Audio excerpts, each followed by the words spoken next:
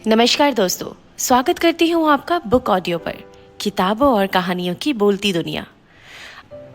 आज आप सुनेंगी पूनम अहमद के द्वारा लिखित कहानी संग्रह की नई कहानी, जिसका शीर्षक है एक बार फिर, जिसे सुनेंगे आप मेरी यानी आशी सरीन की जुबानी।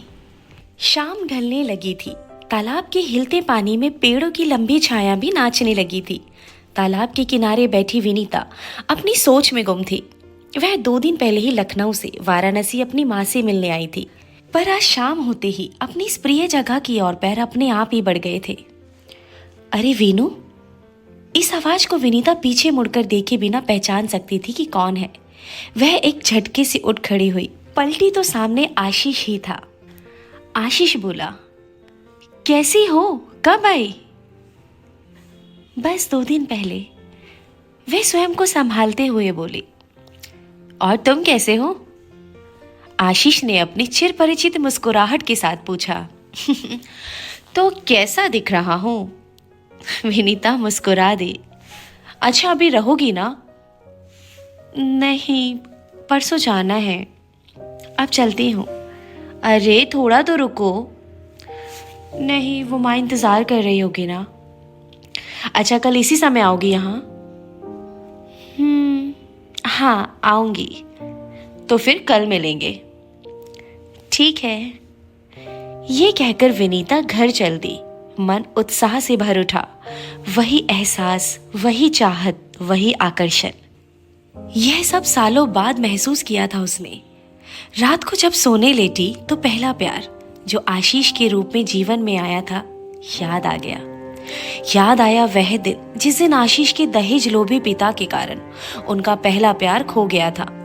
इसके बिना विनीता ने एक लंबा सफर तय कर लिया था। कैसे जी लिया जाता है पहले प्यार के बिना भी, यह वही जान सकता है जिसने यह सब झेला हो। विनीता का मन अतीत में कुलाचे भरने लगा। आशीष के पिता ने एक धनी परिवार की एकमात्र संतान दिव्या से आशीष का विवाह कराकर अपनी जिद पूरी कर ली थी। और फिर अपने माता पिता की इच्छा के आगे विनीता ने भी एक आज्ञाकारी बेटी की तरह सिर झुका दिया था। विवाह की रात विनीता की आंखों में जितने आंसू थे आशीष की याद में बहा दिए थे।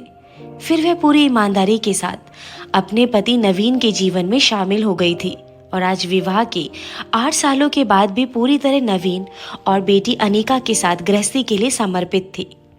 इतने सालों में मायके आने पर 1-2 बार ही आशीष से सामना हुआ था और बात बस औपचारिक हालचाल पर ही खत्म हो गई थी। कुछ दिनों से विनीता बहुत उदास थी। घर, पति, बेटी, रिश्ते नाते, इन सब में उलझी खुद समय के किस फंदे में उलझी जान नहीं सकी। अब जान सकी है कि दिल दिमाग के स्तर पर समानता ना हो तो प्यार की बेल जल्दी सूख जाती है। उसे लगता है दिन ब दिन तरक्की की सीढ़ियां चढ़ता नवीन घर में भी अपने को अधिकारी समझने लगा है और पत्नी को अधीनस्थ कर्मचारी।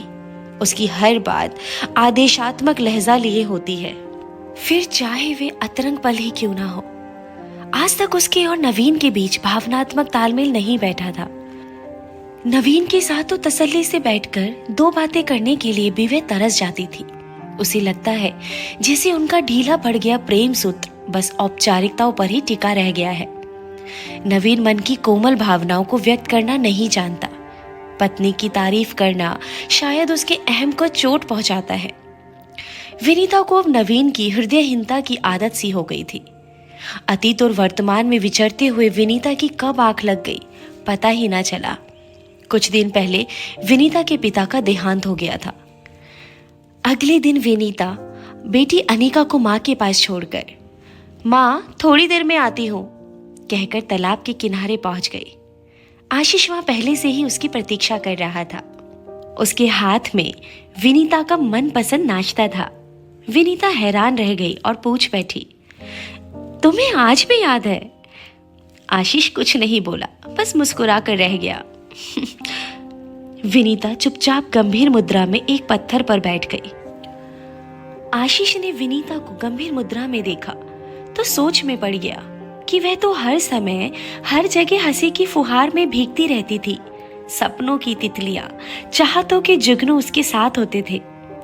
फिर आज वह इतनी गंभीर क्यों लग रही है? क्या इन सालों में उसकी हंसी, वे सपने, वे तितलियां सब कहीं उड़ गए हैं? फिर आशीष ने उसे नाश्ता पकड़ाते हुए पूछा, और बताओ, लाइफ कैसी चल रही है? ठीक ही है, कहकर विनीता ने गहरी सांस ली। ठीक ही है या ठीक है, दोनों में फर्क होता है ना, जानती तो हो। उदास क्यों लग रही हो? विनीता ने आशीष की आंखों में झांका। कितनी सच्चाई है, कोई छल नहीं। कितनी सहजता से वह उसके मन के भावों को पढ़कर, उसकी उदासी को समझकर बांटने की कोशिश कर रहा है। अचानक विनीता को लगा कि वह एक घने मजबूत बरगद के साए में निश्चिंत और सुरक्षित बैठी है। और तुम बताओ, तुम्हारी पत्नी और बच्चे कैसे हैं? दिव्या ठीक है, क्लब पार्टियों में व्यस्त रहती है। बेटा सार्थक 6 साल का है। और तुम्हारे पति और बच्चे नहीं आए? नहीं, नवीन को काम से छुट्टी लेना बिल्कुल अच्छा नहीं लगता और अनिका को माँ के पास छोड़कर आई हूं। तो क्या नवीन बहुत व्यस्त रहते हैं? विनीता ने कोई जवाब नहीं दिया। क्या सोच रही हो वीनू? विनीता को आशीष के मुंह से वीनू सुनकर बहुत अच्छा लगा। फिर बोली, यही कि बंद मुट्ठी की फिसलती रेत की तरह तुम जीवन से निकल गए थे और फिर ना जाने कैसे आज हम दोनों यूं बैठे हैं। तुम खुश तो हो ना वीनू? जिसके साथ मन जुड़ा होता है उसका साथ हमेशा के लिए क्यों नहीं मिलता आशु? कहते कहते विनीता ने आशीष को अपलक देखा। अभी भी कुछ था जो उसे अतीत से जोड़ रहा था। वही सम्मोहक मुस्कुराहट, आंखों में वही स्नेहिल और विश्वसनीय भाव। तुम आज भी बहुत भावुक हो वीनू। हम कितनी भी ईमानदार कोशिश क्यों ना करें, पर फिर भी कभी कभी बहुत गहरी चोट लगी जाती है। लेकिन तुम्हारा और नवीन का रिश्ता दुनिया का सबसे मजबूत रिश्ता है, और ये क्यों बोल रही हो? रिश्ते मन के होते हैं, पर नवीन के मामले में ना जाने कहां सब चुक सा रहा है। आज विनीता आशीष से मिलकर स्वयं पर नियंत्रण ना रख सकी। उसने अपने मन की पीड़ा आशीष के सामने व्यक्त कर ही दी। आशु, नवीन बहुत प्रैक्टिकल इंसान है। हमारे घर में सुख सुविधाओं का कोई अभाव नहीं है, लेकिन नवीन भावनाओं के प्रदर्शन में एकदम अनुदार है। एक रूटीन सा नीरस जीवन है हमारा। हम दोनों के साथ बैठे होने पर भी कभी कभी दोनों के बीच कोई बात ही नहीं होती। वैसे जीवन में साथ रहना, सोना, खाना, पारिवारिक कार्यक्रमों में जाना सब कुछ है, पर हमारे रिश्ते की गर्मी न जाने कहाँ खो गई है। मैं नवीन को अपने मन से बहुत दूर महसूस करती हूँ। अब तो लगता है नवीन और मैं नदी के 2 किनारे हैं जो अपने बीच के फासले को समेट नहीं पाएंगे। आज पता नहीं क्यों तुमसे कुछ छिपा नहीं पाए, आशीष ने कहा। पर हमें फिर भी उस फासले को पाटकर उनके पास जाने की कोशिश करनी होगी वीनू।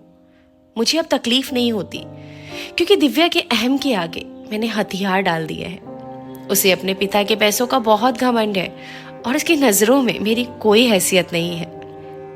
लेकिन इसमें मैं कुछ नहीं कर सकता। इन स्थितियों को बदला नहीं जा सकता। हमारा विवाह जिससे हुआ है, इस सच को हम नकार नहीं सकते। नवीन और दिव्या जैसे हैं, हमें उन्हें वैसे ही स्वीकार करना होगा। उन्हें बदलने की कोशिश करना मूर्खता है। बेहतर होगा कि हम उनके अनुसार स्वयं को ढाल लें, वरना सारा जीवन कुटते, खींचते और बहस में ही गुजर जाएगा। और तुम स्वयं को संभालो। हम दोनों कहीं भी रहें, मन से हमेशा साथ रहेंगे। भला मन से जुड़े रिश्तों को कौन तोड़ सकता है? हम तो एक दूसरे को विश्वास का वह आधार देंगे जिससे हमारे वैवाहिक जीवन की नींव खोखली ना हो। अब हम अगली बार मिले ना, तो तुम्हारे चेहरे पर वही हंसी होनी चाहिए जिसे इस बार तुम लखनऊ में छोड़ आई हो। ये कहते कहते आशीष के होठों पर हंसी फैल गई तो विनीता भी मुस्कुरा दी। अब चलें, तुम्हारी बेटी इंतजार कर रही होगी। और अगली बार आओ ना तो बिना मिले मत जाना। आशीष ने कहा। दोनों अपने अपने घर लौट गए। आशीष के निश्चल निर्मल प्रेम के प्रति विनीता का मन श्रद्धा से भर उठा। घर लौटते विनीता ने फैसला कर लिया कि वह नए सिरे से नवीन को अपनाएगी। वह जैसा है वैसा ही। प्रेम करने, समर्पण करने से कोई छोटा नहीं हो जाता। वह एक बार फिर से अपने बिखरे सपनों को इकट्ठा करने की कोशिश करेगी। मन में नवीन के प्रति जो रोष था वह अब खत्म हो गया था।